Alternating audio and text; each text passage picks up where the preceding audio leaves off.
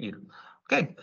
Labdien visi, kas ir pieslēgušies mūsu superīgajam webināram, Latvijas Digitālā akceleratora webināram, kuri notiek patiesībā sakot diezgan regulāri. Un tas nozīmē, ka jūs varat sekot līdzi un pieslēgties arī nākamajiem, pieregistrēties. Es ceru, ka mēs dodam jums pietiekumu vērtīgu informāciju un ieskatu ne tikai tajā, ko piedāvā akcelerators, bet arī to, kāda ir pieredzes stāsti vai tās iespējas, ko jūs varat izmantot mūsu atbalstu. Bet pirms mēs ķeramies klāt paša webināra svarīgākajiem runātājiem, kas mums ir gan Kaspars Osis, Vidzemes augstskolas vadošais pētnieks, gan Agnes Jakubovičs ar savu pieredzes stāstiem tieši no uzņēmuma Play puses, un es redzēju viņa prezentāciju tiešām iespaidīgi. Es ātri mēģināšu jums ieskicēt lietas, ko vispār dara Latvijas Digitālais akcelerators un kādus pakalpojumus vai kādu atbalstu jūs varat caur mums saņemt. Bet pirms tam ātri par laika plānu. Tad es ātri izstāstīšu šo tādu digitālu akceleratoru piedāvājumu. Tad mēs klausamies Kaspara sagatavoto prezentāciju.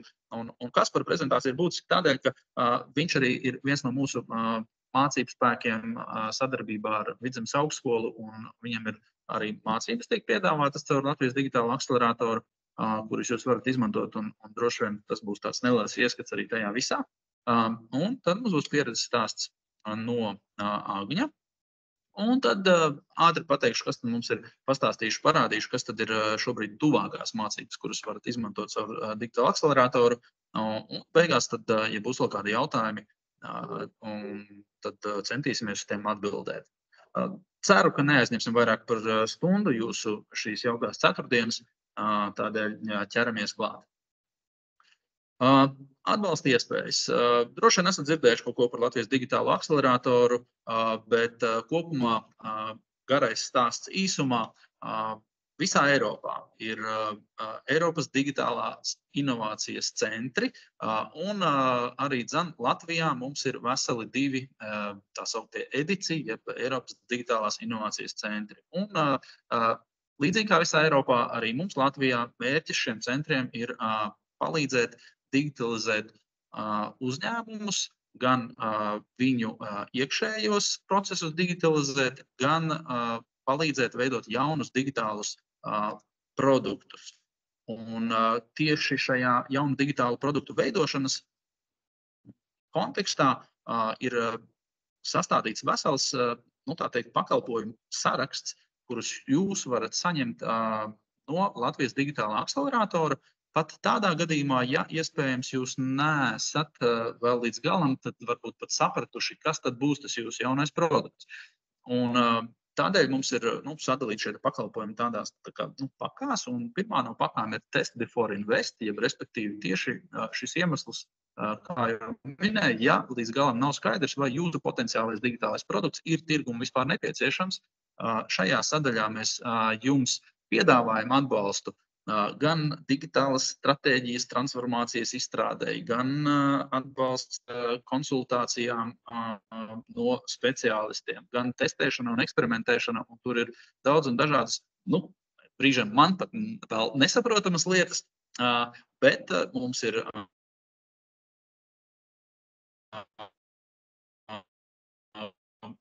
ļoti labi sadarbības partneri, kas un rakstīt, zvanīt, un mēs sapratīsim no sākuma, kādas ir jūsu vajadzības, un tad skatīsimies, ko varam piedāvāt no mūsu šī te plašā pakalpojuma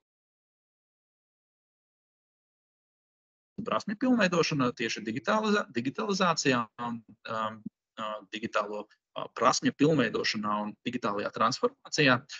Mācības mums faktiski notiek nepārtraukti, un šīs programmas ir izstrādātas, un viņas ir tiešām, es teiktu, ļoti aktuālas. Šajā atbalsta programmas daļā neiet runa par to, kā mēs iemācīsimies Wordā strādāt vai Excelī, bet ir jau nedaudz, tā teikt, jau nedaudz dziļāka šī izpratnes veidošana par digitalizāciju, iespējams jau par konkrētām lietām, un par mācībām es vēl pašā noslēgumā pastāstīšu, bet ir tātad iespēja saņemt mācības. Un ir arī mums tāda sadaļa, ka, ja jums ir digitāls produkts un jums ir nepieciešama konsultācijas tieši finansējuma piesaistē šī digitālā produkta izstrādē, arī tur mēs varam palīdzēt. Ja ne mēs paši, tad atkal mēs meklējam kādu ārēju sadarbības partneri, kur jums spēs nokonsultēt, lai jūs varētu iespējams Latvijā radīt jauno vienredzi. Tā kā visas iespējas izmantot šo te atbalstu. Kas tad var saņemt atbalstu? Kā jau visās Eiropas atbalstītajās programmās ir kaut kādi ierobežojumi, bet pie šiem es nekavēšos. Galvenā lieta, lūk, pārlecis slaidiņš, galvenā lieta ir tāda, ka, jā, protams, nedrīkst būt nodokļu parādi, ir kaut kādi ierobežojumi uz nozarēm, bet būtiska lieta, lai jums kā uzņēmumam būtu pieejams de minimis atbalsts, bet, ja jūs nezināt pat, kas tas tāds ir, pazvanat vai uzrakstat, mēs izstāstīsim sīkāk. Principā, jebkuram jaunam uzņēmumam vai uzņēmumam, kurš neizmanto nekādus Eiropas atbalstus dotajā brīdī, tad jums vajadzētu būt pieejamam atbalstam 300,000 apmērā. Līdz ar ko atbalsta iespējas ir diezgan plašas. Kā tad jūs varat nokļūt vai saņemt šos edits pakalpojumus? Tam ir neliela birokrātiskā garoziņa šim te visam procesam, bet svarīgākais ir tas, ka saprast, ja atbalsts tiek sniegts 100% apmērā, tad loģiski tam ir kaut kāda apakšā birokrātija, un viņa nav nemazām tik liela. Teiksim tā, mēs šo birokrātisko slogu paņemam vairāk uz sevi nekā liekam uz klientu. Klientam šī gadījumā vienkārši ir jābūt varbūt nedaudz dažkārt pacietīgam. Un sākas viss ar pieteikumu mūsu mājaslapā Digital Latvija, tad attiecīgi jūs aizpildat digitālā brieduma testu, kas īstenībā ir ļoti interesanta štēla, noskaidrot, kādā stadijā vai kādā, tā teikt, digitālajā brieduma līmenī ir jūsu uzņēmums attiecībā ne tikai pret Latvijas citiem uzņēmumiem, bet attiecībā pret Latvijas citiem uzņēmumiem tai pašā nozarē un arī attiecīgi Eiropas kontekstā. Tad tas ir diezgan interesants tests, kas jums iedod tādu ieskatu. Tad mēs arī jums lūdzam iesniegt informāciju par jūsu plānoto šo te jauno digitālo produktu vai pakalpojumu vai ideju par to. Un tad uz šī visa balstoties mēs izstrādājam digitālās attīstības ceļakarti. Ceļakarti nozīmē to, ka mēs tajā iekļaujam attiecīgi tos potenciālos pakalpojumus, ko mēs jums varēsim piedāvāt jūsu šī tālākā digitalizācijas procesā vai jaunā produkta izstrādē. Un tad jau mēs konkrēti vienojamies jau tad par konkrētajiem šiem te pakalpojumiem. Kas jums ir nepieciešams, kādās bultiņas, kas griežās uz riņķa 4. rimbulītī pie pakalpojumiem? Tas nozīmē to, ka ja jūs izmantojat vienu pakalpojumu, tas nenozīmē, ka jums ar to arī beidzas atbalsts. Jūs varat izmantot nākamo pakalpojumu, piemēram, primāri jūs varbūt vēlaties kādas mācības izmantot, tad jūs saprotat, izejot mācības, ka jums ir nepieciešama kaut kāda konsultācija, tad pēc tam jūs saprotat, ka jums jau nepieciešams varbūt prototipēšanas atbalsts vai tātad testēšanas atbalsts, un varbūt noslēgumā jums vēl nepieciešams atbalsts arī finansējuma piesaistē. Lūk, šie pakalpojumi var nepārtraukti, nevis atkārtoties, bet, rotēt, līdz beidzot mēs jums pēc gada kā minimums iedosim aizpildīt digitālā brieduma testu vēlreiz, lai saprastu, vai jūs esat kļuvuši digitāli nobriedušāki. Ja pakalpojums ir saņemts, tad mēs sniedzam arī atzinumu par to, ka attiecīgi jūs esat saņēmuši šo pakalpojumu. Kas tad sniedz šos pakalpojumus?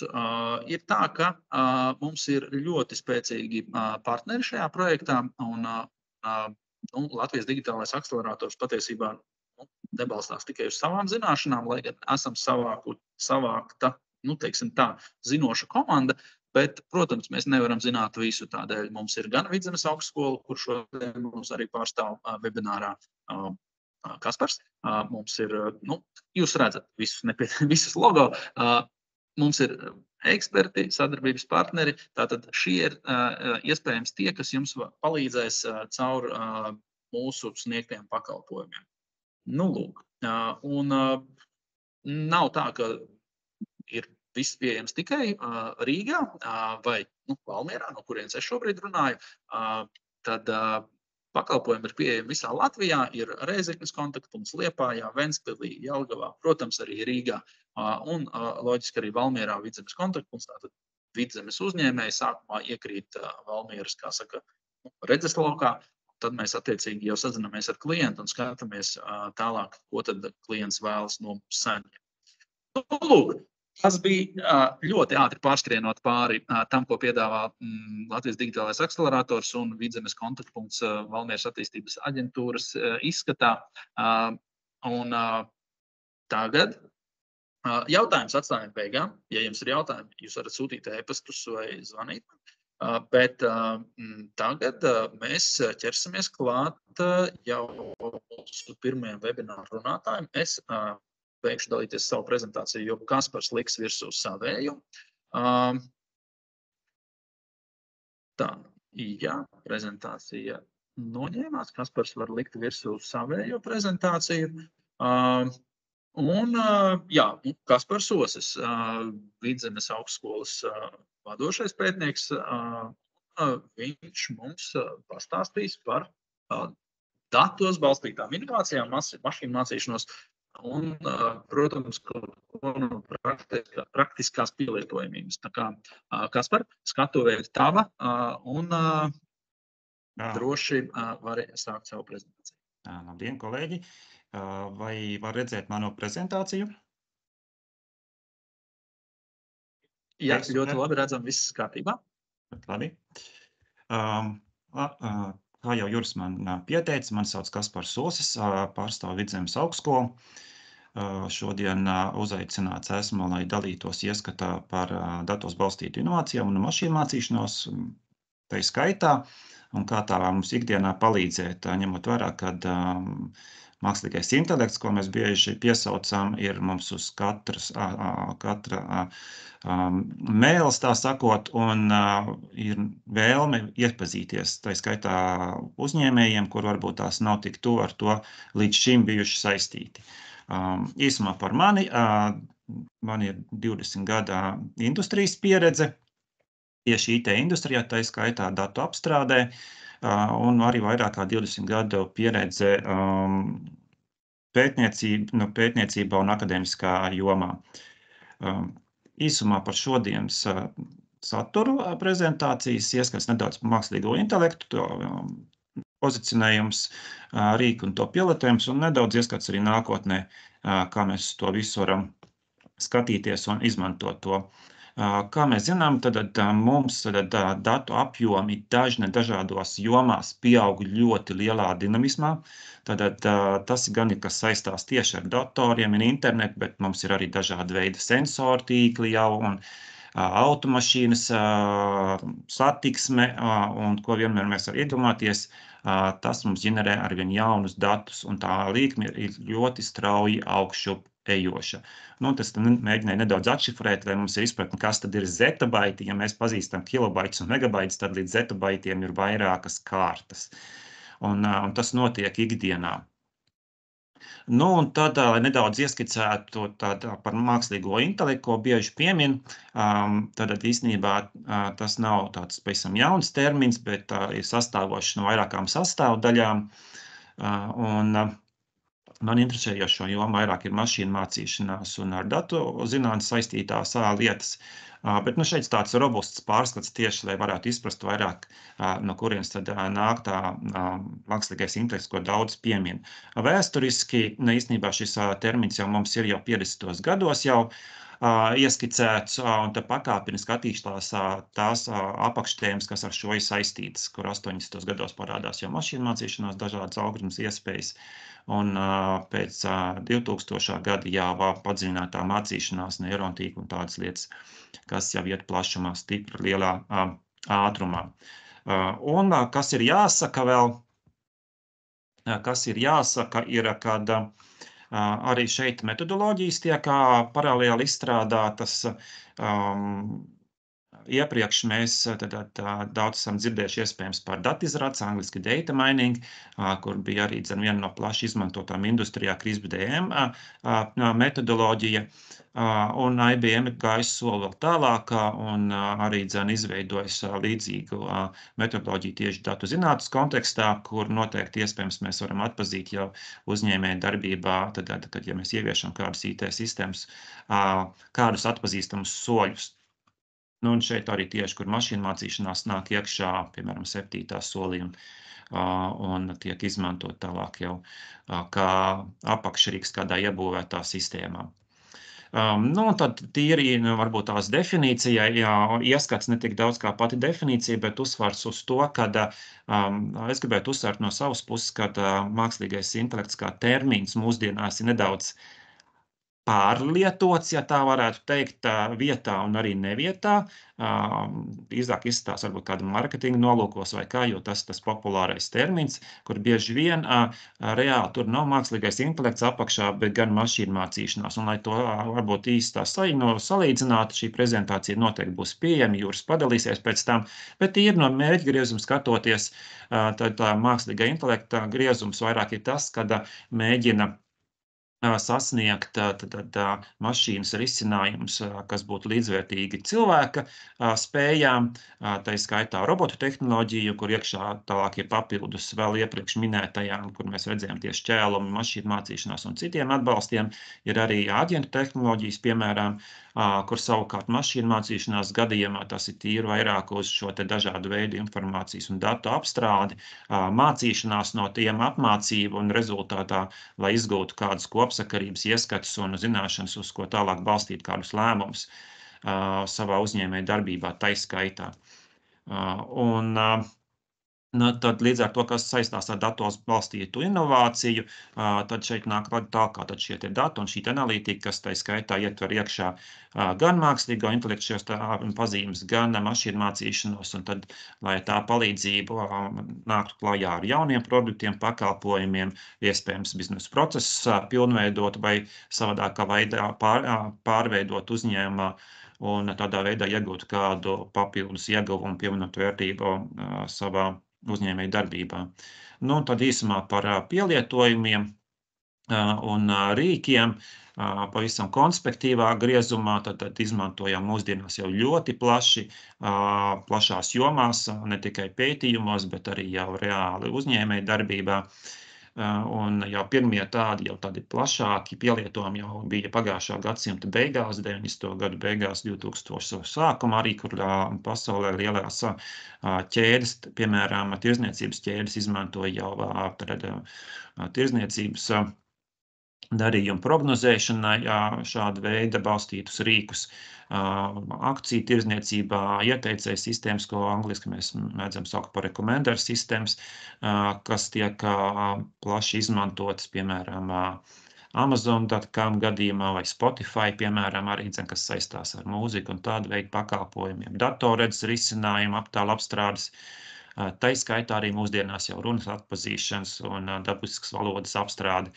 Minot tikai dažus no tiem, un tad nedaudz vairāk, ja mēs ejam par piemēriem praktiskiem, no tādiem lielākiem līdz mazāk konkrētiem, šeit varbūt tāds globālāks, kur Norvēģijā ir ambīcija tad nākt ar nulles izmešu kuģa risinājumu, kuram ir arī tā kā iedvesme no veciem laikiem, ja tā varētu teikt, kur buras ir tiek izmantots, bet burās īstenībā iekšā vēl dažādi ir enerģijas uztvērēji, ir gan vēja principā, gan arī saules principā, buru augstums automātiski koriģējās, un tas viss tiek veikts ar mākslīgā intelekta atbalstu. Kuģis vēl nav uzbūvēts, bet tas ir procesā saites, visur esmu pielicis klāt, ja ir interesi, varam papētīt dziļāk katru no šiem te virzieniem.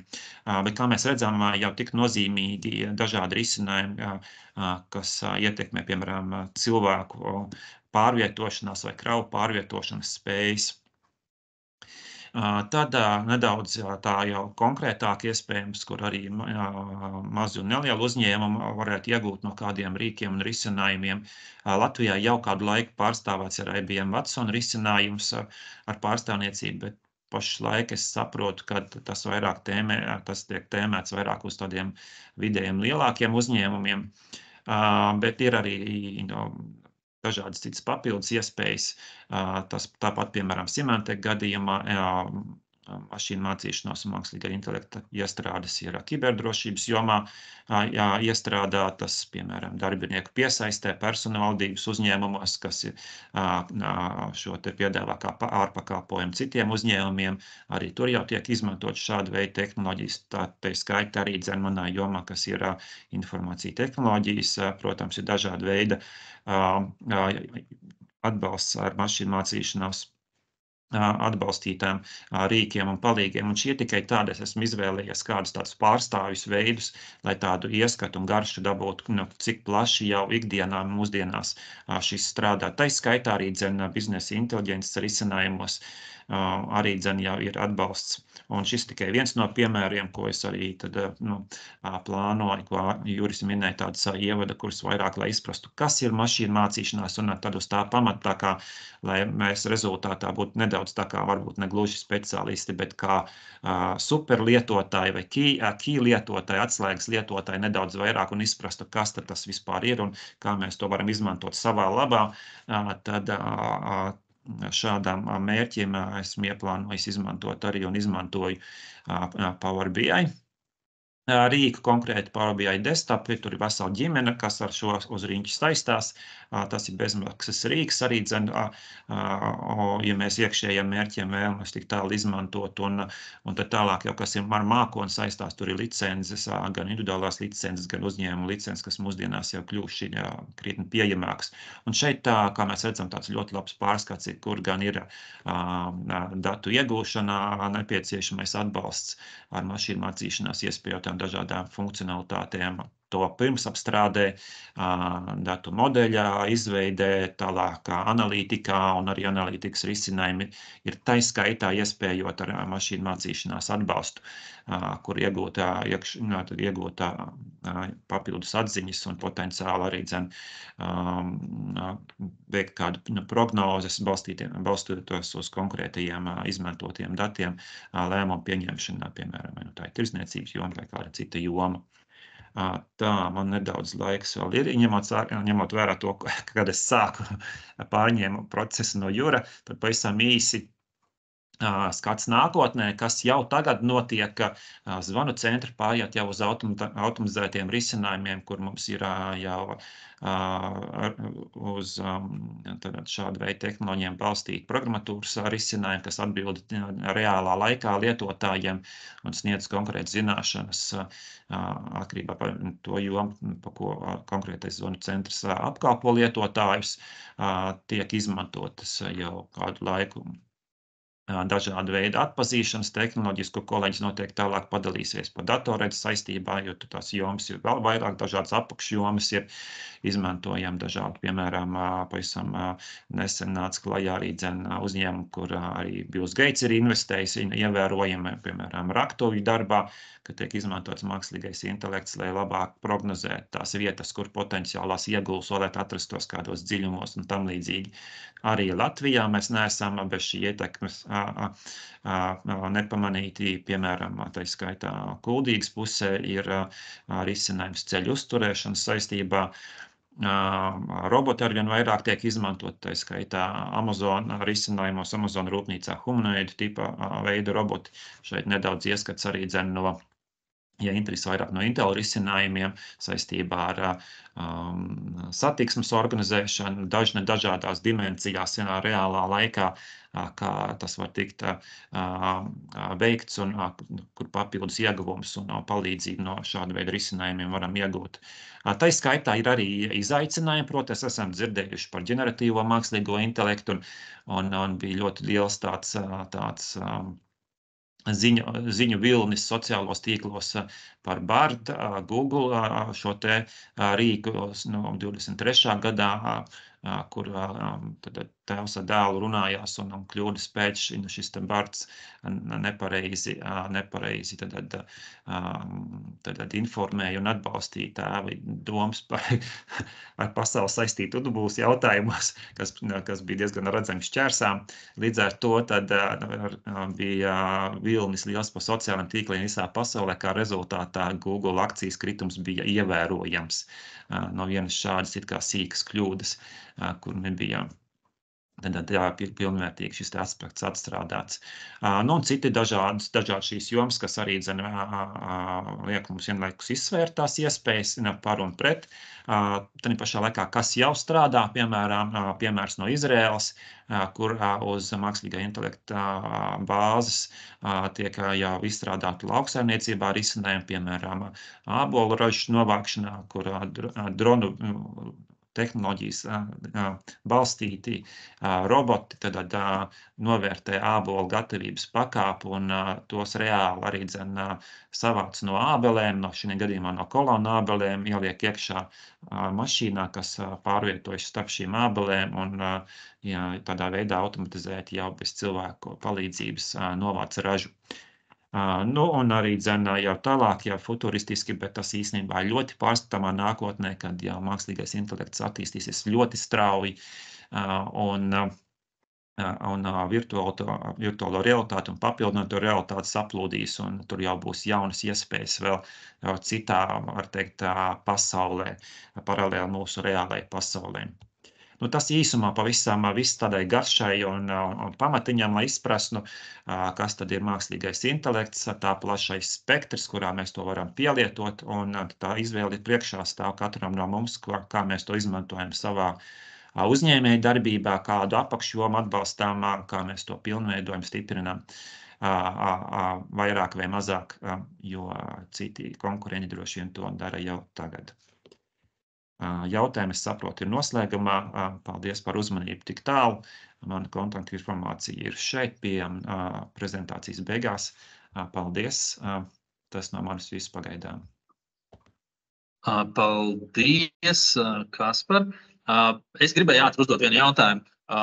Arī tavā prezentācijā ir minēti, kad ir kaut kāda, kur Eiropas Savienība jau ievieš kaut kādus aizliegumus, jeb kaut kādus ierobežojumus. Kā tu redzi, tiešām mums ir kaut kādā mērā kaut kas jābremzē no tām iespējām, ko mākslīgais intelekts piedāvā. Mēs netiekam līdzi tam visam, lai varētu kontrolēti attīstīties, vai tomēr vajadzētu ļaut, lai brīvais tirgus šo visu procesu kampi kumosiem nost un mēģina tomēr atrast no tā visa labāko, vai tomēr ir viņš jābremzē? Tur ir medaļai divas puses. Šis ir ļoti labs jautājums. Es vienkārši laika taupības neminēju to, kur jau tur bija piemērs no Lielbritānijas par šiem ierobežojumiem nedaudz. Jā, pavisam nesen Eiropas Savienība arī nākus klajā, manuprāt, kāds 3 nedēļas atpakaļ ar tieši regulējumu AI jomā, tad tā skaitā dažādi veidi šie te apakšjomas, kas ir jāņem vērā, tā skaitā uzņēmēja darbībā, kas veic risinājums ar šo te saistībā, piemēram, arī par cilvēku profilēšanu un tādām lietām, ka tas Eiropas Savienības ietvaros tiek aizliegts, piemēram. Un tas no vienas puses, no otras puses arī, protams, cilvēku daba tāda, kad mēs vēlamies ar vien jauno izmantot, un tas tiks izmantots, un ja mēs vēlamies palikt tirgu, tad mums tajā jāiet iekšā. No vienas puses atkal, līdz ar to mums ir jāiepazīstās ar šīm tehnoloģijām, jāsaprot, kā mēs tās varam izmantot savā labā. Tai pašā laikā 2 dienas atpakaļ es piedalījos seminārā, kur mums bija iespēja redzēt ieskatu no Igaunijas viena kolēģa no uzņēmēja darbības universitātes rektora Tallinā prezentācijas, kur viņš arī deva ieskatu no mākslīgais intelekts 2024 pa 10 gadu soļu uz priekš līdz un tālāk ar lielākiem soļiem līdz 3000 gadam. Nu, tur tas jautājums diezgan tāds vienkārši ir. Ja mēs vēlamies to, kad mēs kļūstam nevis par bioloģiskām būtnēm un kiberfizikālām būtnēm, piemēram, mums tas ir pieņemami, jo tur arī tas redzējums, ka tad singularitāte varētu iestāties diezgan pārstāmā laikā, tad šajā gadsimtā viennozīmīgi vienkārši pētnieki domā, cik ātri vai vēl, un konceptuāli tas varētu kompromiss būt 2050, tas nozīmē, ka mašīnas pārņem lēmums pār cilvēkiem. Tur tas moments ir tad, cik mēs kā uz to skatāmies. Vairāk vai mazāk katram ir pašam jāizvēlās viņa tas redzējums, personīgais dzīves un savu uzņēmumu, un līdz ar to tad jāiet uz priekšu. Tur droši vien ir kaut kāda tā garoza, kad jebkurā gadījumā mums izskur paliek mūsu digitālais nospiedums, tas tiek profilēts, deltas tiek veidotas. Tas arī ir fakts, bet arī pašā laikā ieguvumi arī ir ļoti lieli. Tā kā katram pašam jāizvērtē, tas tāds nedaudz varbūt paplašinātāks. Jā, skaidrs, jā. Protams, jā, tieši tā, katram pašam jāizvērtē, bet, ja mums vēl dažkārt liekas, ka tas viss vēl pie mums nāk, tad es zinu, ka Agnis to jau sen visu dara un izmanto un ievieš savu klientu, vēlamajos risinājumos. Un tūlītās pat mēs liekam virsū Agņa prezentāciju, lai turpinātu jau ar droši vien tādiem reāliem piemēriem, ko Agnis pastāstīs, kā tad notiek Apply uzņēmumā. Paldies, Kaspar! Jā, jautājums, es tikko iedomājos, ka ja kādi ir specifiski jautājumi, var uzrakstīt čatā un varēsim pēc tam beigās arī atbildēt. Es tad šēroju tūlītās ekrānu un lieku virsū Agņa prezentāciju, lai Agnis varētu sākt savu stāstu.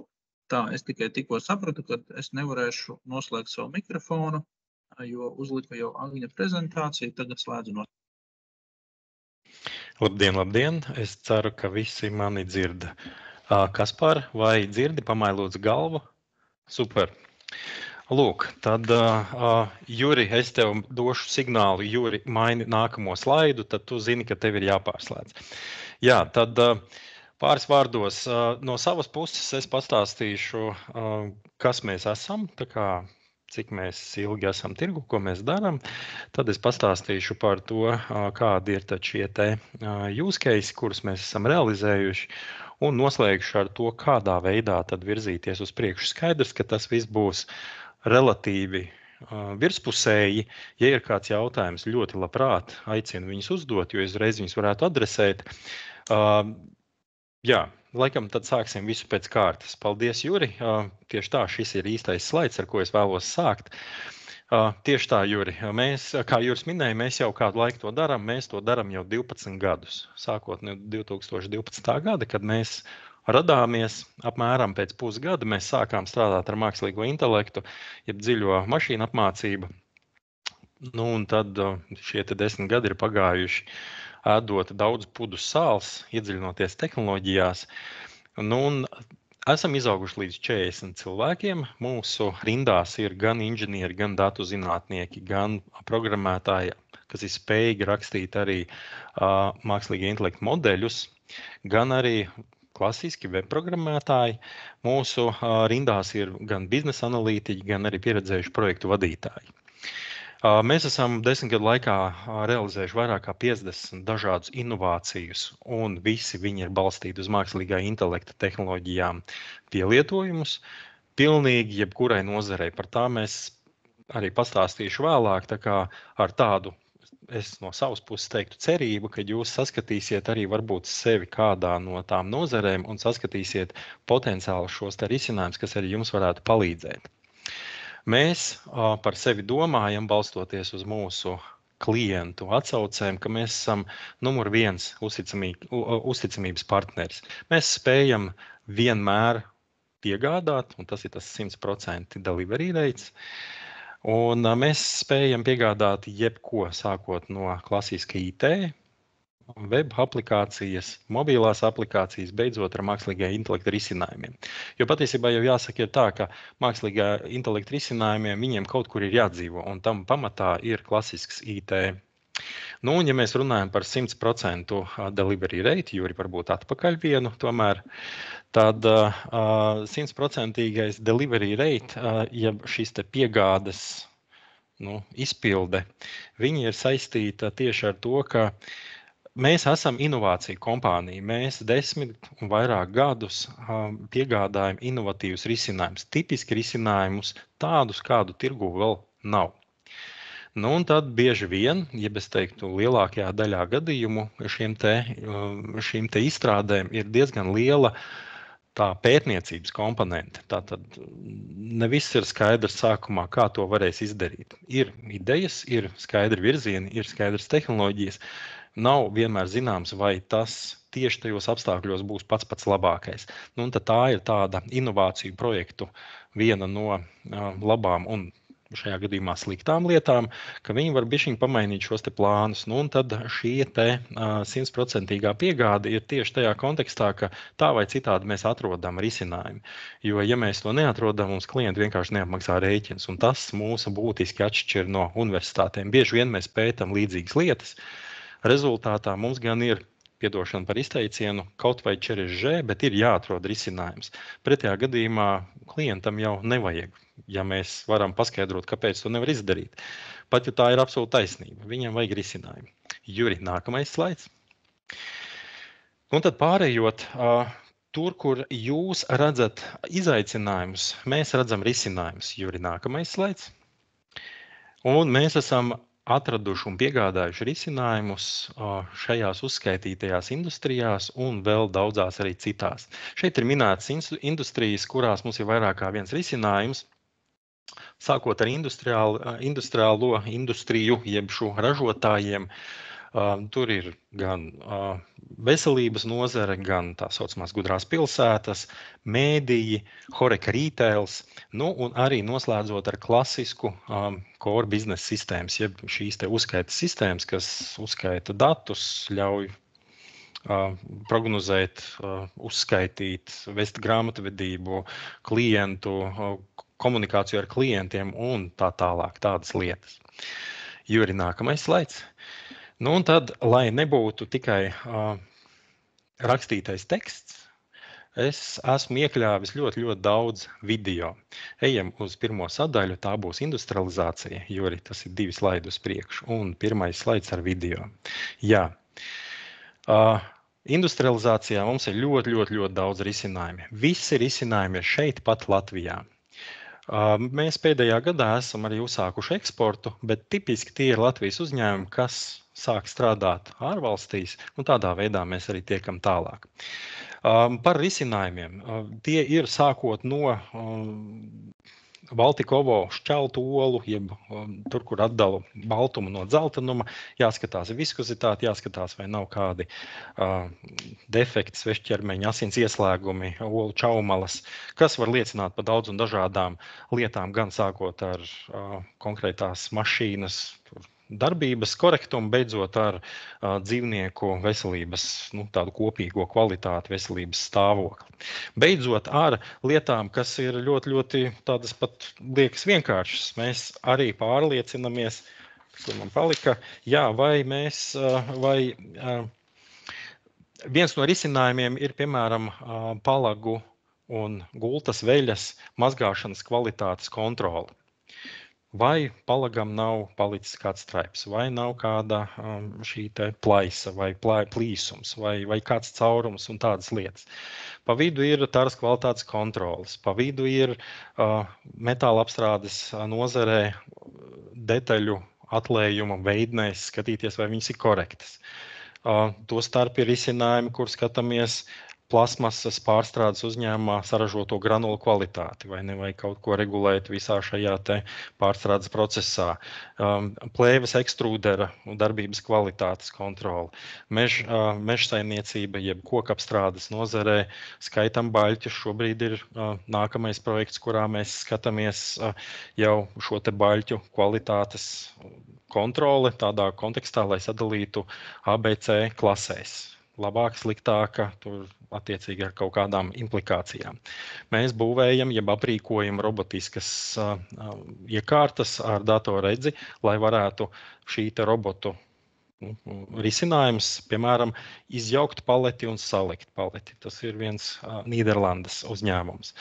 Un tā tālāk un tā tālāk. Tātad šajā te industrializācijas nozarē ir risinājumi, kas vien ienāk prātā. Ja kaut ko dara cilvēks un cilvēks balstoties uz vizuālas informācijas, sniedz kaut kādu vērtējumu, atzinumu, lēmumu pieņemšanu, tad tas ir tas, ko mēs mākam iedot mašīnai, veidojot visu risinājumu kopā. Juri, nākamais. Nākamais ir medicīnas nozare. Spiežam slaidu uz priekšu. Medicīnas nozarē mums ir izcinājumi, kas skatās gan uz seju, novērtē sejas mīmiku, kas būtu logopēdu vajadzībām, Pa vidu insulta noteikšanas robots, tātad robots, kas palīdz diagnosticēt un ārstam precīzāk noteikt insulta esamību, neesamību, gan arī mēs būvējam mikroskopus, aprīkojot ar mākslīgo intelektu priekš pētniecības laboratorijām, kurā tad skaitīt mikroorganismus šajos te paraugos, uzdodot uzdevumu, lūdzu, mikroskops saskait man to kaut kādu eksperimentu rezultātā. Juri, nākamais. Gudrās pilsētas nākamais slaids. Protams, gudrās pilsētas, bet par pilsētām es šeit minēšu skaidrs, ka lielākais klients viss par un ap transportu un to, kas notiekās uz ielas, tipiski ir municipalitāte, jeb pašvaldības vai lielas pilsētas. Bet te es gribētu pieminēt, ka tas nav tikai pilsētām vai valsts sektoram, privātam sektoram tāpatās var būt ļoti noderīgas, teiksim, šīs te sistēmas, kas spējīgas ir konstatēt transportu, klasificēt, kas tas ir smagais, vieglais, ar piekabi, bez piekabes, gan arī noteikt tur numurzīmes vai cilvēkus. Tās visas ir lietas, kas arī var noderēt privātajam sektoram, piemēram, uzskaitot un atsakojot notikumu ķēdēm. Un Baltikovo ir viens no tādiem piemēriem, kur mēs uzstādījām sistēmu, kas atsako atbraucot kravas transportam, vai transports bija plānots, ir gaidīts, sinhronizējās ar grāmatvedības sistēmu, paskatās, kādām ir jābūt svariem, tātad viņš tiek arī nosvērts, šis transporta līdzeklis, salīdzina, saprot, ok, jā, tas ir tas, kam bija jābūt, vai arī nē, nav, tad veidojās atzīmes un ieraksti. Un pie izbraukšanas atkal jau tiek kontrolēts svars, vai netiek kaut kas aizvests vairāk prom, vai tajā apjomā, kādā ir vajadzīgs. Tātad var atsakot šiem te notikumiem un saprast, vai ir viss tā kā vajag, ja nē, tad ir kaut kāds šis te tas brīdinājuma paziņojums, un uz ko jau tālāk reaģē pats cilvēks. Ejam uz priekšu, Juri. Mēdījos mums ir vairāki risinājumi, 3, gan spējam automātiski identificēt reklāmas blokus, gan pašas reklāmas tajos, gan arī noteikt auditoriju, kas ir redzējusi šīs reklāmas. Es pieļauju, ka šis varētu būt varbūt mazāk interesants, ja vien kāds nav no nozares, bet vienalga, tātad tas viss ir balstīts uz mākslīgu intelektu, kas skatās uz vizuālu informāciju un spēj pateikt, jā, te sākās reklāmas bloks, te viņš beidzās, tā ir tā reklāma, un pretī pievalkot auditorijas datus, ko mums sadarbības partneri, jau nosaukums TET, savulaik sākām ar Latelekomu, piedāvā, tad mēs varam arī aprēķināt šos te reitingus. Tāpat tās arī spējam balstoties uz mākslīgo intelektu prognozēt, kurās reklāmas blokos būtu labāk izvietot šīs te reklāmu devēju kampaņas, lai sasniegtu pēc iespējas lielākas auditorijas. Juri, tālāk, lūdzu. Foreka un retails. Šeit ir tā, ka pa labi ekrānā jūs redzat iekārtu, kura bija iecerēta kā alternatīva esošai depozīta sistēmai. Mūsu klients tajā laikā konkurēja un vēlējās piedāvāt savu risinājumu, kur mēs viņam arī izstrādājām, ka var savākt arī bojātu taru. Tādējādi mēs Latvijas valsts mežus arī atbrīvotu no visām tām plasmas daudzumu, kas tur ir izmests. Bet, diemžēl, klients tālāk netika. Mēs visi zinām, kāda ir mūsu šī te depozīta sistēma, bet tā vai citādi tehnoloģija ir gatava un ir spējīga atpazīt un klasificēt visu šo te materiālu, saprotot to, kas tas tāds ir, spējot viņu korekti klasificēt un attiecīgi tālāk arī iedarbināt to monetāro sistēmu.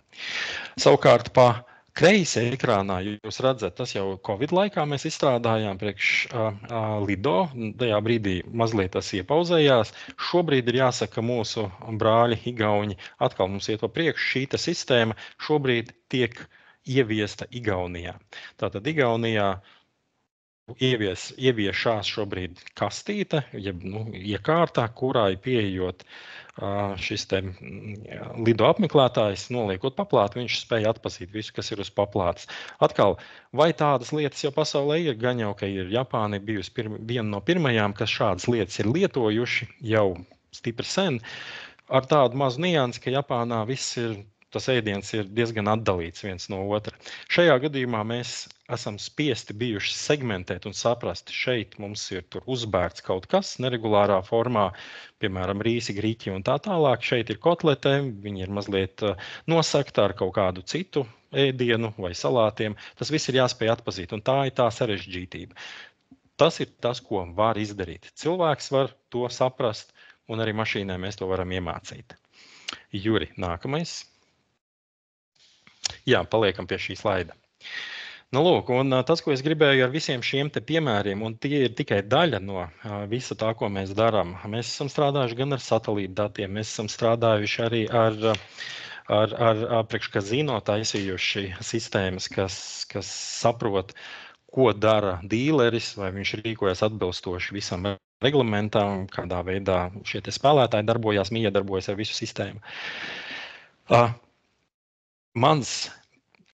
Šie te piemēri dod, ja es vēlos demonstrēt šo te spēju tikt galā ar jebkuru izaicinājumu. Un tas ir tas, ko jūs noteikti savos biznesos redzat. Jūs redzat izaicinājumu. Jūs redzat, ka ja tas strādātu kaut kāds process vai kaut kāda darbība labāk, tad jums būtu iespēja labāk konkurēt, būt labāku cenu, mazāku kaut kādu defektu apjomu un tā tālāk.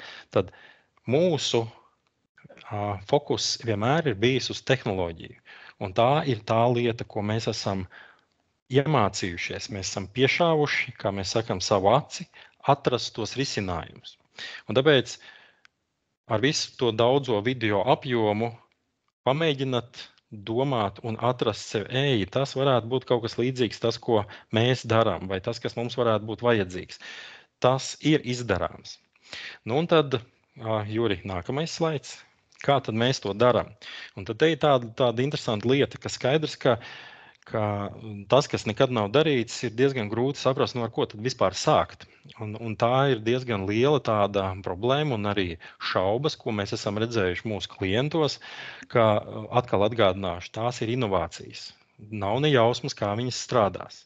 Un bieži vien, nereti mēs esam redzējuši, ka tehnoloģija pat strādā ļoti labi, un es pat teiktu vēl vairāk, tas mākslīgais intelekts dažkārt strādā pārāk labi, ka viņš sāk challengeot blakus esošos procesus. Un tie procesi var arī nespēt šo te izrāvienu tehnoloģijā arī integrēt sevī. Nu, un tad kā tāds viens piemērs ir tāras kvalitātes kontrolē, kurā mēs izstrādājam šobrīd, vēl ir nodošanas procesā, diezgan ilgi cīnamies, neiet viegli.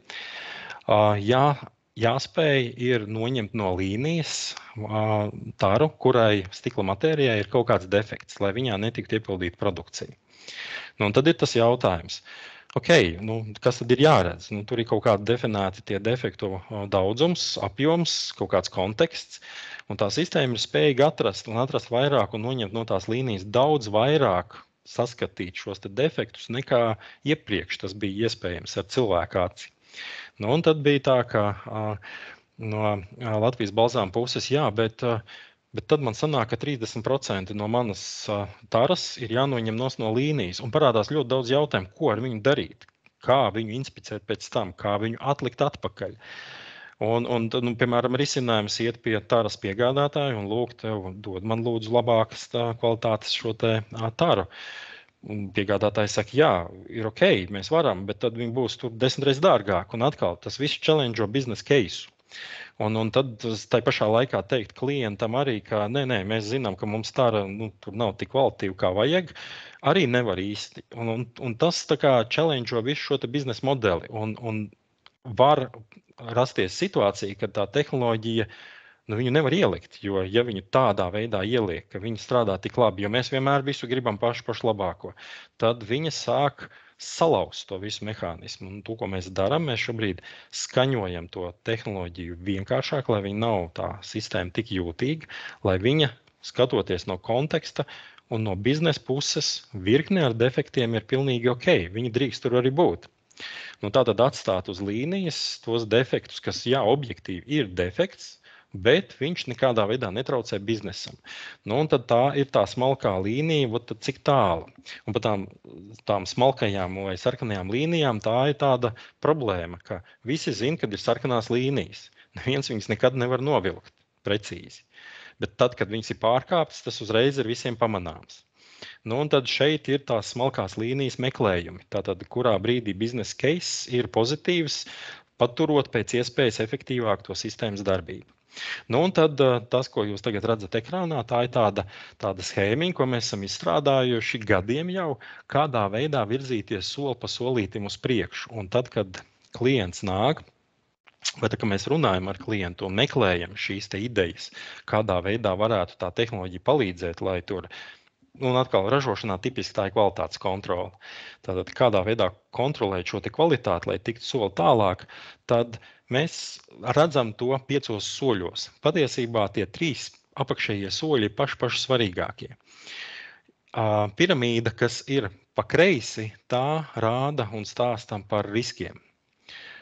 Jo zemāk mēs esam tajā izpildes stadijā, jo vairāk ir riski, tieši tehnoloģiskie riski. Nav teikts, ka šī tehnoloģija palīdzēs biznesam.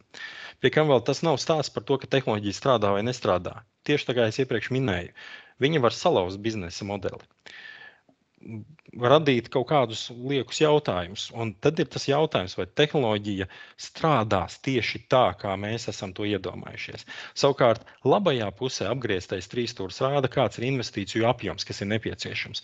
Un tā labā lieta ir tieši tāda, ka parasti, lai noskaidrotu, kādi ir tie bāzes jautājumi. Labi, mēs gribam kaut ko taisīt, un tad mēģinam definēt, kas tad tas ir, ko mēs taisam.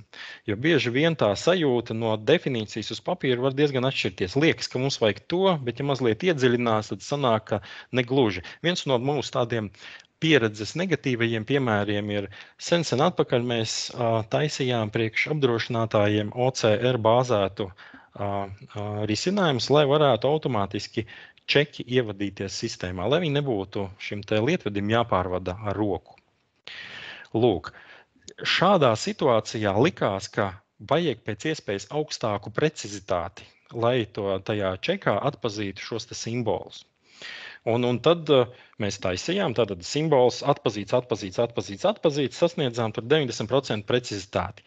Bet tie 5%, viņi vienalga kaut kur tur ir tajā čekā. Un tad, kad klients uz to sāk skatīties no tāda biznesa procesa pozīcijas, viņš redz, labi, bet es skaitu citādāk, es neskaitu katru simbolu, es skaitu, man bija 10 čeki, cik no 10 čekiem ievadījās bez kļūdām.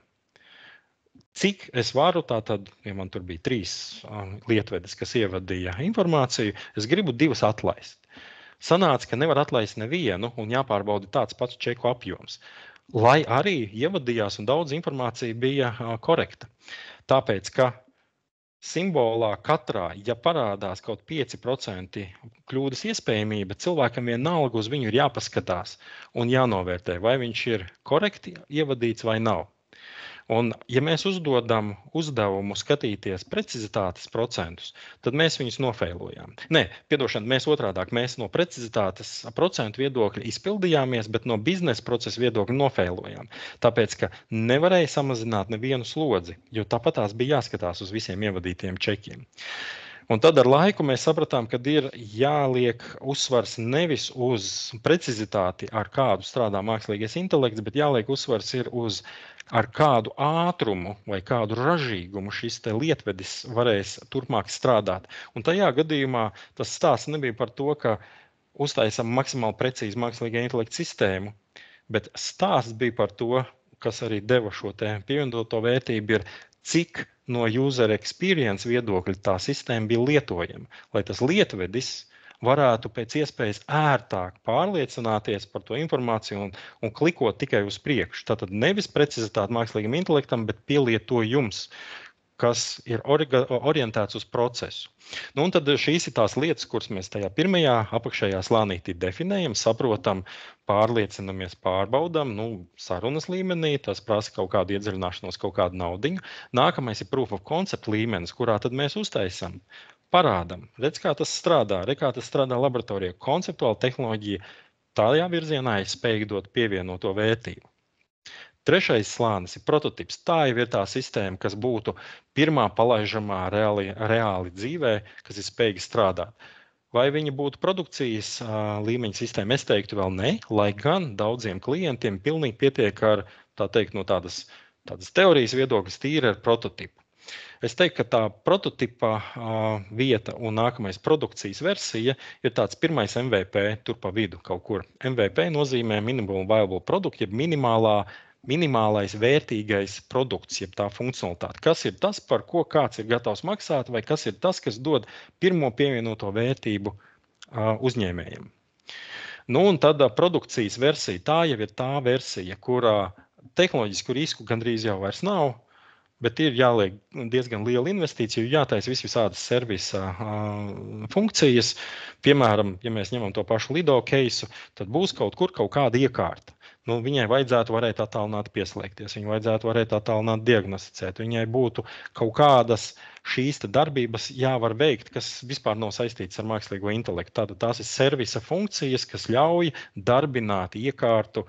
Viņi ir izturīgi, viņi ir spējīgi paši diagnosticēties, viņai var attālināt, uzlikt kaut kādas papildus programmatūras atjauninājumus, nu, un visas šīs lietas, tostarp arī dizains.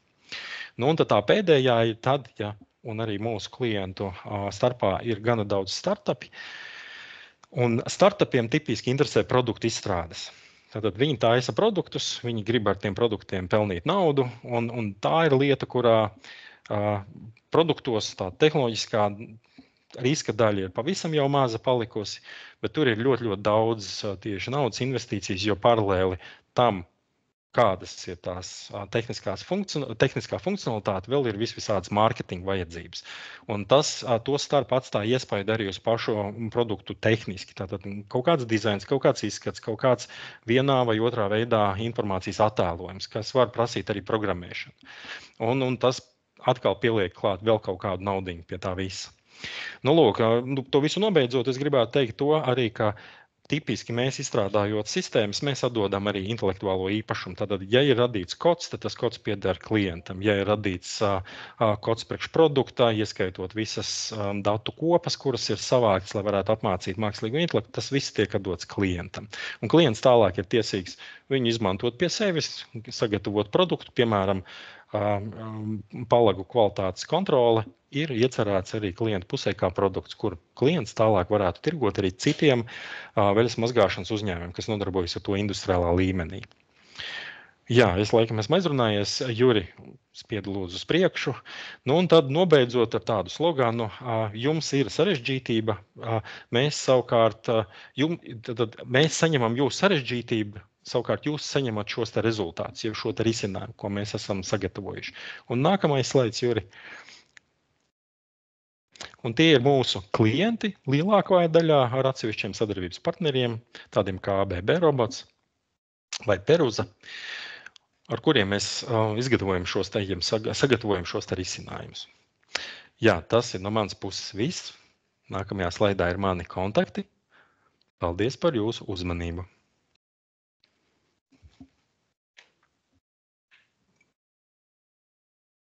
Tā, mēģinu ātri ieslēgt mikrofonu, noņemt prezentāciju. Super, Agni, paldies. Īstenībā, jā, laiks paskrēja nemanot. Man jau te kolēģis saka, hei, solījām aizņemt stundu laika, bet sanāks drusciņi vairāk. Nu, nekas. Tie, kas ieradās vēlāk, tiem arī tā arī sanāks stunda. Es vienu jautājumu vēlējos tev uzdot, Agni. Kā ir tiem uzņēmumiem ar to sākt, nu, lai, kā tu teici, tā paša piramīdas apakšiņa? Nu, es gribu saprast, vai tā kā man vispār kaut kas der no tā, ko piedāvā mašīna redze, mākslīgais intelekts un šis ten viss. Tas ir tā, tik vienkārši, es piezvanu, piesakos uz konsultāciju un mēs tur parunājamies, vai kā tas notiek? Juri, precīzi, tas ir tieši tik vienkārši. Tā pieredze mums ir uzkrāta tik liela, ka mums, kā jau tur tajā prezentācijā ir, mums ir piešauta acis. Mēs varam uzreiz diezgan ātri iedot kā minimums virkni ar idejām, tur 2, 3, varbūt pat vairāk, kā varētu risināt konkrēto šo te problēmu. Tāpatās mēs arī uzdodam precizējošus jautājumus, kas ļauj arī klientam saprast, vai viņš no pareizā gala par to domā. Nu, un tad mazliet pasteidzoties uz priekšu, es vienmēr aicinu klientus domāt tajā, ka kāds būs tas naudiskais iegūms, ja to atrisinās. Teiksim, klientam liekas, ka viņam vajag tādu un tādu kvalitātes kontroli produktam vai starp kaut kādam rezultātam. Okay, kāpēc? Kur ir pretī kaut kāda nauda? Ja viņa ir, tad ir viss kārtībā. Ja viņa nav, tad visbiežākais tā nav tā problēmas vieta. Jo uzņēmējdarbībā, arī es kā uzņēmējs, tas viss tiek vienmēr mērīts naudā. Un savukārt otra lieta, kas jau tas, ko tu dari, Juri, ar Ediku, tātad ir šis te vouchers, ar kuru var pamēģināt. Tātad es zinu, ka jums būs drīz vouchers, kas būs ap 20 līdz 20 tūkstošiem, kur jau var, kā ietvaros, jau var izmēģināt. Ok, mēs aprunājamies, mēs saprotam, varētu taisīt to ar kaut kādu tādu un tādu tehnoloģiju, risinājums varētu būt apmēram šāds, pamēģinam, uztaisam pocu, paskatāmies, ja to saucamo proof of conceptu, pamēģinam, vai tas strādās, pamēģinam uz klientu iekārtām, vai tas strādās. Pamēģinam kaut kādu mazu produkta tādu versiju un paskatāmies, kā tas izskatās. Un tas dod tam klientam kā reizi šīs divas lietas - uzzvanīt, aprunāties, tas nemaksā neko, tas ir ļoti interesanti parasti. Un savukārt otra lieta, ja ir kaut kāda ideja par to, ka varētu gribēties kaut ko pamēģināt, tad ir viens no variantiem ir arī šis te vouchers, kas varētu dot šo te iespēju praktiski pamēģināt. Mēs uztaisam, iedodam savu tehniku, uz kā pamata var pamēģināt izstrādāt kaut kādu mazu pocu un paeksperimentēt. Strādā, nestrādā. Jā, es pilnīgi tev piekrītu, jo mūsu uzņēmēji ir ļoti dažkārt, dažkārt, bet ir tā, ka uzņēmējs ir vienmēr, tas, kurš grib tagad un tūlīt, un varbūt tas, kas tomēr ir tāda nianse, un ieguldīt savukārt šajā, sandboxā, ja paspēlēties, vai vispār šis risinājums der vai neder, bieži vien šo investīciju trūkst. Un ļoti forši, ka mēs varam būt tie, kas šo iespēju iedod uzņēmējiem paprovēt, vai šis risinājums tiešām man der. Protams, atkal ar domu, nopelnīt vairāk. Un ja nav šādas iespējas, tad bieži vien uzņēmējs, nemaz nesadūšojās, jo tie ieguldījumi ar laiku tikai pieaug, vai ne, tā investīcija prasītā. Tādēļ, jo ātrāk tu mēģināsi saprast, kas ir tie nākamie digitālie vai šie te modernie risinājumi, jo es domāju, arī investīcijas vēlāk ātrāk gan atmaksāsies, gan arī būs investīcija mazāk. Tā teikt, ka vienmēr rīti būs dārgāk nekā šodien. Jā, te es gribētu pieminēt vienu lietu. Tu absolūti pareizi saki. Un arī es kā uzņēmējs, man vienmēr ir tā, ka ja man komanda nāk CTO un saka, Klau, tur ir baigais rīks. Tiksim, šobrīd mēs runājam par Copilot, kas varētu palīdzēt programmēt. Tur baigais rīks, mēs tad tagad baigi uzcelsim savu produktivitāti un tā tālāk. Tam skaidrs, ka ir plusi mīnus un vispārējais, bet te ir tas moments, tur ir jāinvestē kaut kāda nauda. Labi, no manas puses tā ir relatīvi maza. Tas Copilots nemaksā tik daudz, kā, piemēram, stikla ražotāja kompānijai, kurai vajag iekārtu ar visām kamerām, gaismām, programmatūru, savāktiem datiem. Tas ir relatīvi dārgi. Un tad ir tas jautājums, labi, vajag pamēģināt. Tu tā kā buksē mazliet, bet tā problēma ir tieši tajā, ka, ja ir kaut kāds valsts atbalsts, skaidrs, ka ir vieglāk pamēģināt, tāpēc, ka un bieži vien un tām inovācijām tā ir tā negatīvā puse, ka viņas var maksāt, viņas relatīvi dārgi maksā, un nav teikts, ka viņas tev atrisinās visu to uzdevumu. Un atkal, es uzsvēršu, ne tāpēc, ka tehnoloģija nestrādā, tāpēc, ka tajā biznesa keisā viņi var arī neiefitoties. Bet tā otra puse, diemžēl, arī ir, kas ir tā labāka, tā inovācija faktiski vienīgais, ar ko mēs tiekam uz priekšu, ar ko mēs varam sākt konkurēt ar citiem. Un tad tas, manuprāt, tā pareizā vieta ir atrast to partneri, un to arī pašiem iedziļināties, izglītoties, lai tas riska moments, ka neizdosies to inovāciju, lai viņš būtu pēc iespējas mazāks vai pēc iespējas lētāks. Lētāks to nodrošina dažādi atbalsta pasākumi, bet pat ja tie nebūtu, tik vai tā tas būtu jādara. Un tad ir izglītība un partneris, kas ir tā otra puse, kas tev var palīdzēt. Ok, fine, ja ir jāiegulda, nav varianti. Ok, bet tad ņemam pēc iespējas pieredzējušāku, pēc iespējas vairāk paši mēģinam iemācīties saprast, lai tur tā iespēja, ka ja neizdodas, tad tās izmaksas nav daudz, vai arī tu vari uzreiz trāpīt. Bet, diemžēl bez variantiem, lai arī cik nogurdinoši ir šī jaunā informatīvā aprite, ka katru nedēļu ChatGPT un kas tur vēl paliek gudrāks, un viņš var darīt šito un var darīt to, tas ir nogurdinoši, jo informācijas ir nenormāli daudz. Tas skrējiens ir riktīgs, žurku skrējiens. Bet, diemžēl, no viņa izlikt ārā vairs nav iespējams, un kaut kā viņā būs jānorientējas, un kaut kas ir jāatrod, ar ko mēs kļūstam labāki par pārējiem. Jā.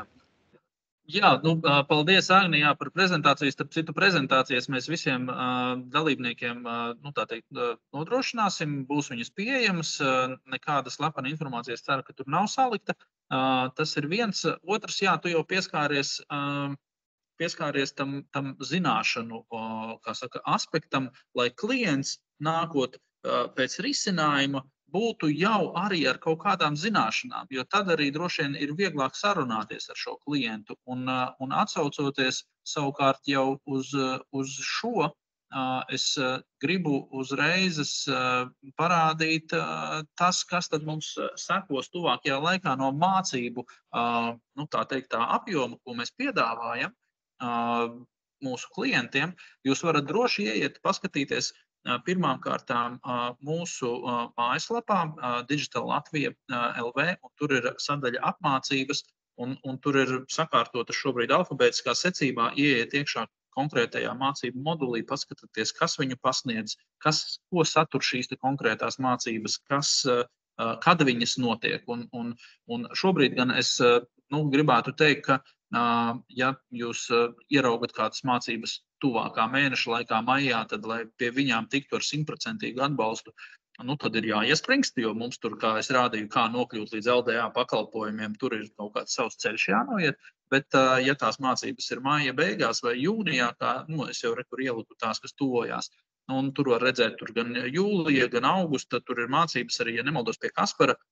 Mācības par mašīnu mācīšanos ir, ja nemaldos, tikai septembrī, tā kā uz Kaspara mācībām jūs noteikti varat paspēt pieteikties, un tur pa ceļam vēl varbūt kādas citas izmantot, jo tad jūs būsiet uz vienas lapas ar šo potenciālo jūsu sadarbības partneri, kurš jums izstrādās kādu risinājumu, un man liekas, tas ir ļoti būtiski, jo bieži vien ir satiekās izstrādātājs ar šo te, idejas autoru, un tur izrādās ir lietas, ka viņi vienkārši viens otru nesaprot.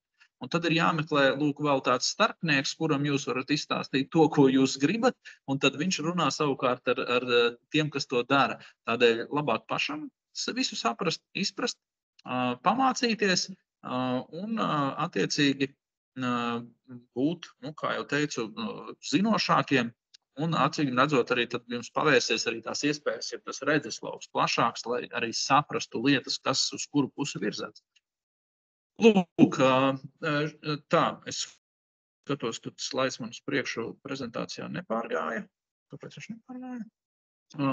Ir neliela aizture manam internetam, diemžēl, bet, nekas.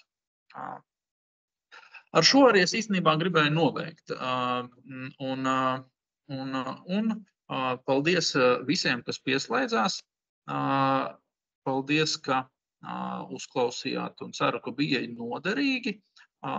Jautājumi es skatos, ka čatā nav saviruši simtiem, līdz ar ko, ja gadījumā vēl kādam ir jautājums, vēl pēdējo mēs varam, ir rociņi pacēlās kaut kur. Aivars grib pajautāt. Labi, ļausim Aivaram pajautāt. Un tad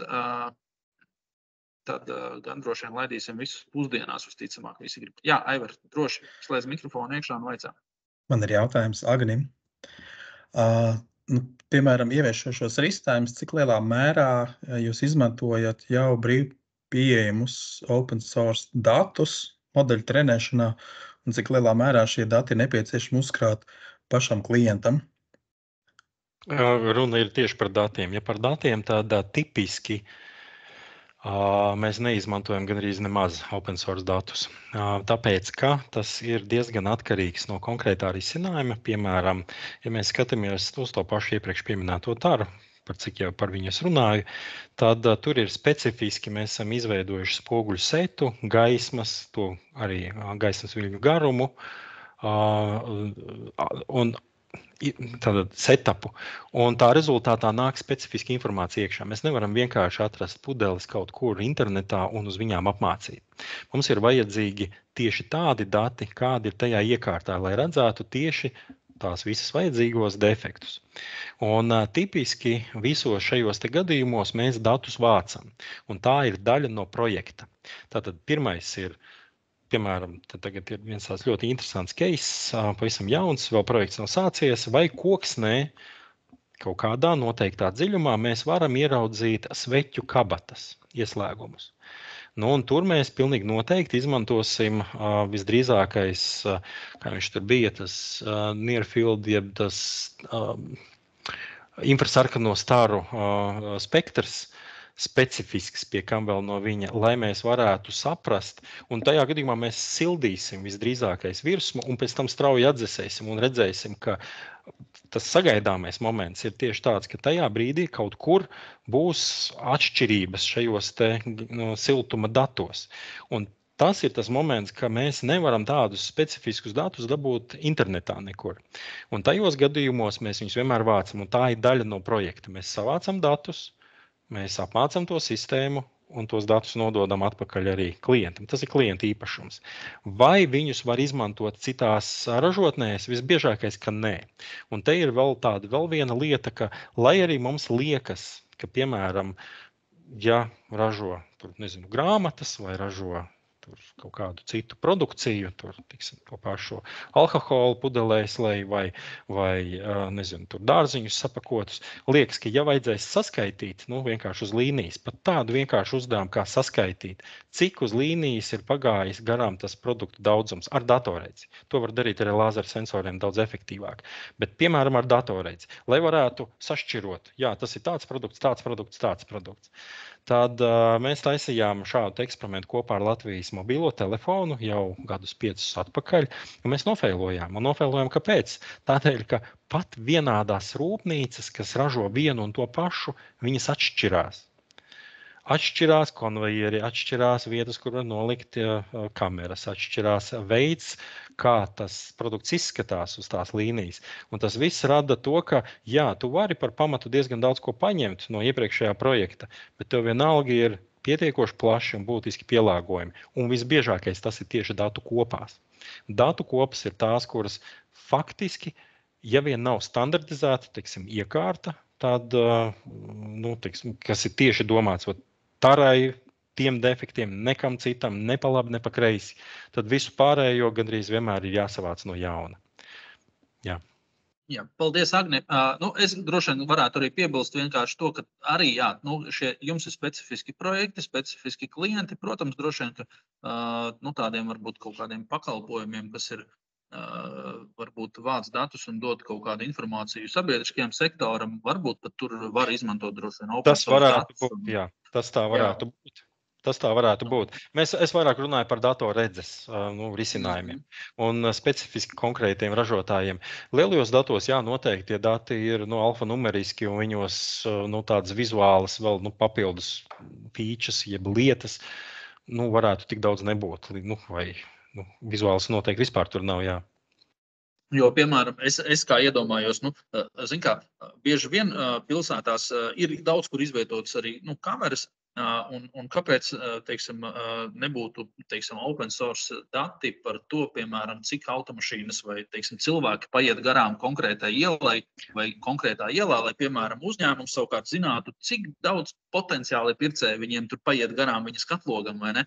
Lai gan patiesībā, tādas informācijas šķiet, ka nav, bet kameras pašvaldībai, pašvaldības policijas vajadzībām, man liekas, ir tā kā uz katra stūri, ja tāpat padomā. Gluži nē, bet kāpēc šie dati nevarētu tikt izmantoti biznesa pēc tam vajadzībām, uzliekot vienkārši kaut kādu papildu šo te programmu, kas skaita ar šo kameru palīdzību cilvēku plūsmu.